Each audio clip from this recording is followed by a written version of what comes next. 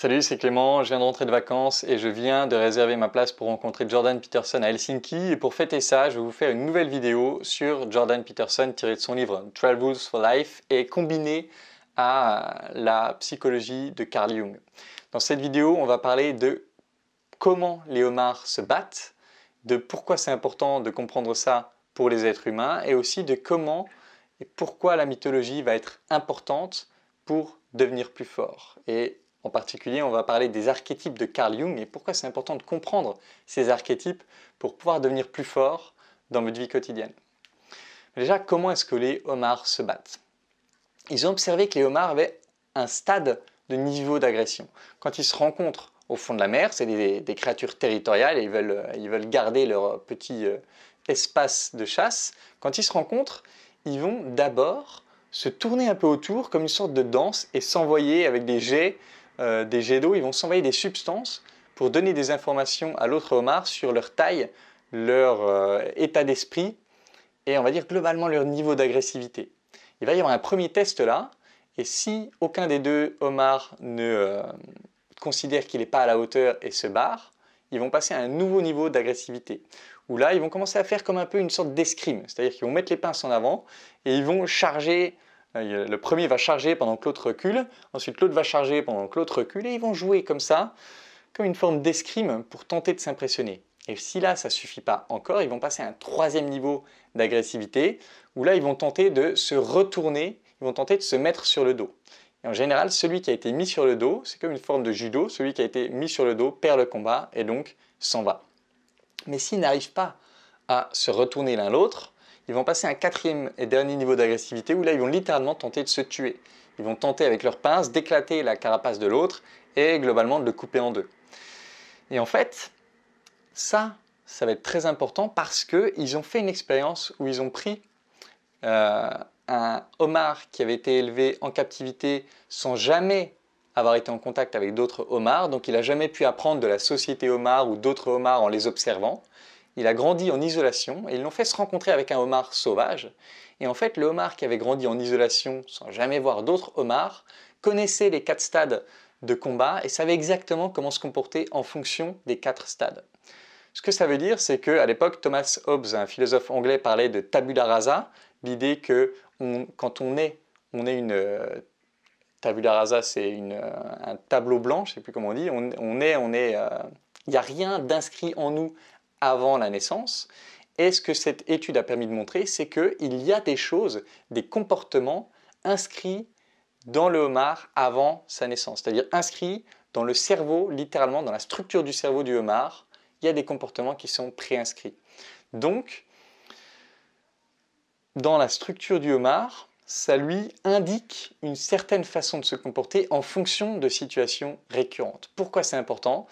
C'est important parce que nous sommes des descendants historiques du homard. Le homard a 350 millions d'années, et par comparaison, Jordan Peterson cite les dinosaures qui ont 65 millions d'années, et nous sommes des descendants à longue date de ce homard. Et ce qu'ils ont pu tester, par exemple, c'est que le système nerveux du homard est très proche d'une autre forme, bien sûr immensément plus simplifiée, et notamment, le cerveau du homard réagit au Prozac. C'est-à-dire que les antidépresseurs, en gros, fonctionnent sur le homard.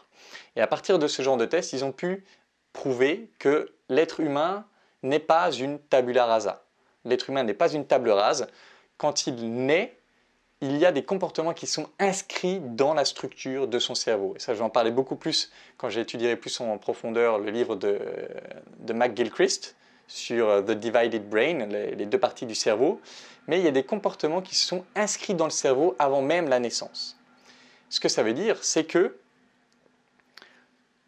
vous allez réagir, la structure de votre cerveau va diriger votre comportement dans certaines situations. Et donc, si vous êtes capable de le savoir à l'avance, vous avez un avantage sur tout le monde.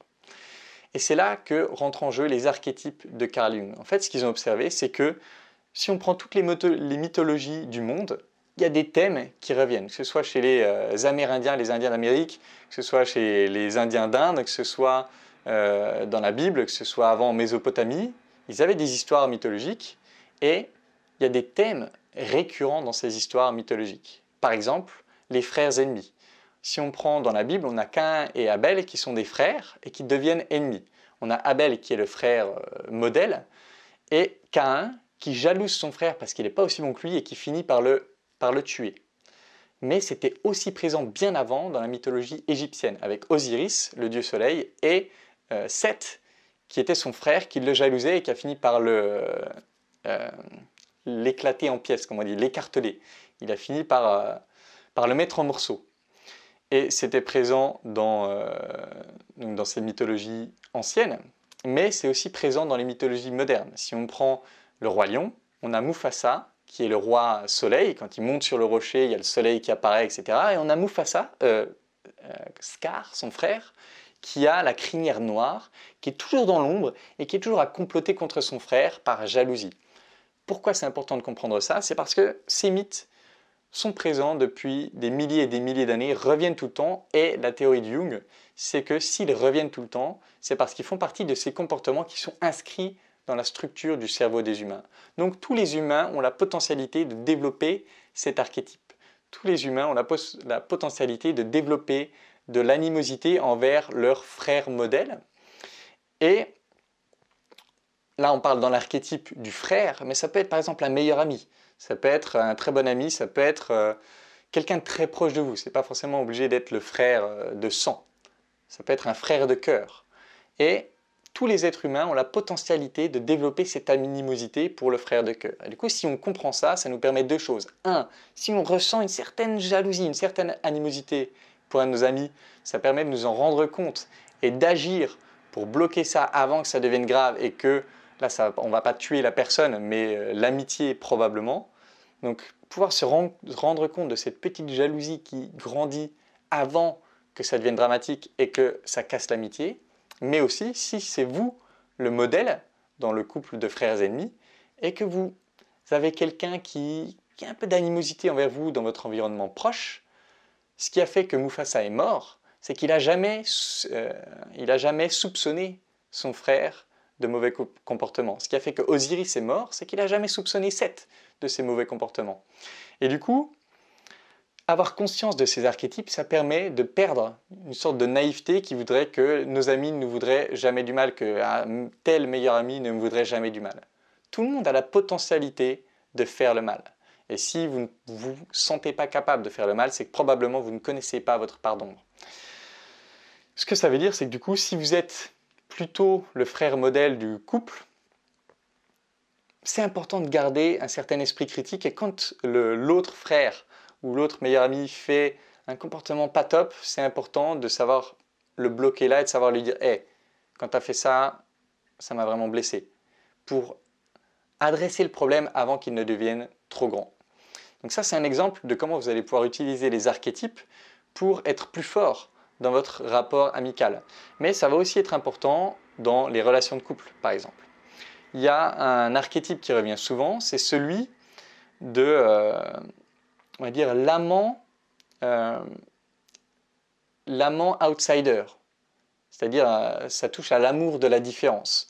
Un exemple de cet archétype, c'est dans le Titanic. On a Rose qui est voilà, d'une bonne famille. Et là, je ne sais plus comment il s'appelle le personnage, mais un homme riche qui a du succès, qui a tout pour lui, qui la courtise. Et il y a Jack qui est issu d'une catégorie sociale bien inférieure, qui n'est jamais censé rencontrer Rose, mais qui va finir par emporter le cœur de Rose, même si il meurt dans des circonstances tragiques. Et un autre exemple de ça dans la mythologie plus récente, c'est Shrek. On a Shrek, l'ogre gros, moche, tout vert. On a Fiona qui est la princesse, qui est belle, etc. Et on a Charmant, qui est le prince, beau, riche, serviable, etc. Sauf que, si on prend l'exemple de Shrek, le prince, il a la graine du ressentiment en lui, qui pousse, qui pousse. Et Shrek, lui, il est lui-même à foison. C'est-à-dire qu'il sait qu'il y a des codes sociaux, mais il s'en fout, il incarne pleinement qui il est, et même dans les moments où il est un peu gêné, il va quand même insister pour être qui il est. Et en fait, ça crée une certaine excitation de la différence. Globalement, je ferai une vidéo là-dessus, les femmes préfèrent les hommes d'un statut social égal ou supérieur, mais elles peuvent aussi tomber amoureuses d'un mec qui va être juste différent, qui va briser les codes, qui va oser briser les codes, qui va être plus audacieux, etc. Et quand on prend l'exemple de Shrek, mais quand on prend aussi l'exemple de Jack dans le Titanic, c'est celui qui ose briser les codes, qui ose parler à la princesse, qui fait fi des codes sociaux pour vraiment exprimer pleinement sa personnalité. Et du coup, à travers ça, il est différent. À travers ça, il ressort parmi tous les autres et du coup, il touche le cœur de la princesse plus fort. Et pourquoi? C'est parce que ça touche à notre envie d'être unique. Tout le monde a envie d'être unique aux yeux de son être aimé. Personne n'a envie de dire « Ah ouais, ben, il me considère comme les... ou elle me considère comme les 15 autres mecs qu'elle a eu avant. » Non, tout le monde a envie d'être unique. Mais ce que ça veut dire, c'est que aussi, tout le monde a envie que l'autre soit unique à nos yeux. Tout le monde a envie de quelqu'un d'unique. Et le meilleur moyen, peut-être même le seul moyen d'être vraiment unique, c'est d'être pleinement vous-même. Parce que personne n'a les mêmes expériences de vie que vous, personne n'a la même génétique que vous, personne n'a au final tout simplement la même expérience du monde que vous. Ce qui veut dire que le meilleur moyen d'avoir un côté unique fort, c'est d'exprimer votre personnalité de manière forte, d'aller à la rencontre de qui vous êtes et de l'exprimer tellement fort que ça brise les codes sociaux, que ça crée ce qu'on appelle la polarisation, des gens qui adorent qui vous êtes, des gens qui détestent dans ce sens-là, du coup, qui vous êtes. Donc voilà, la conclusion de ça, c'est que à partir du mythe de l'amant outsider, on peut comprendre que si on n'a pas tout le succès de la société actuelle, certes, on va être un peu vu comme inférieur dans un premier temps, mais on peut transpercer ça en incarnant pleinement le fripon divin, le farceur, celui qui va briser les codes pour être lui-même. Et c'est vraiment pour ça que j'ai développé l'approche de l'authenticité, c'est pour aider les gens à, plutôt que de tenter d'incarner le moule qu'on nous propose dans la société, de transpercer ce moule pour être eux-mêmes et être séduisants en étant eux-mêmes, avoir accès aux filles qui leur plaisent le plus en étant eux-mêmes. Donc ça, c'est deux exemples d'utilisation des archétypes de Jung pour mieux comprendre le monde et mieux comprendre comment vous pouvez agir dessus pour changer votre situation. J'espère que cette vidéo vous aura aidé, même si elle est un peu complexe. J'espère que vous pourrez l'utiliser, la mettre en pratique dans votre vie. Et je vous retrouve très bientôt pour d'autres vidéos sur Jordan Peterson, parce que j'en ai quelques-unes en réserve. Et j'espère à Helsinki une petite vidéo avec lui. À voir, on croise les doigts. C'est tout pour cette vidéo. En attendant la prochaine, je vous embrasse et je vous dis à bientôt. Ciao.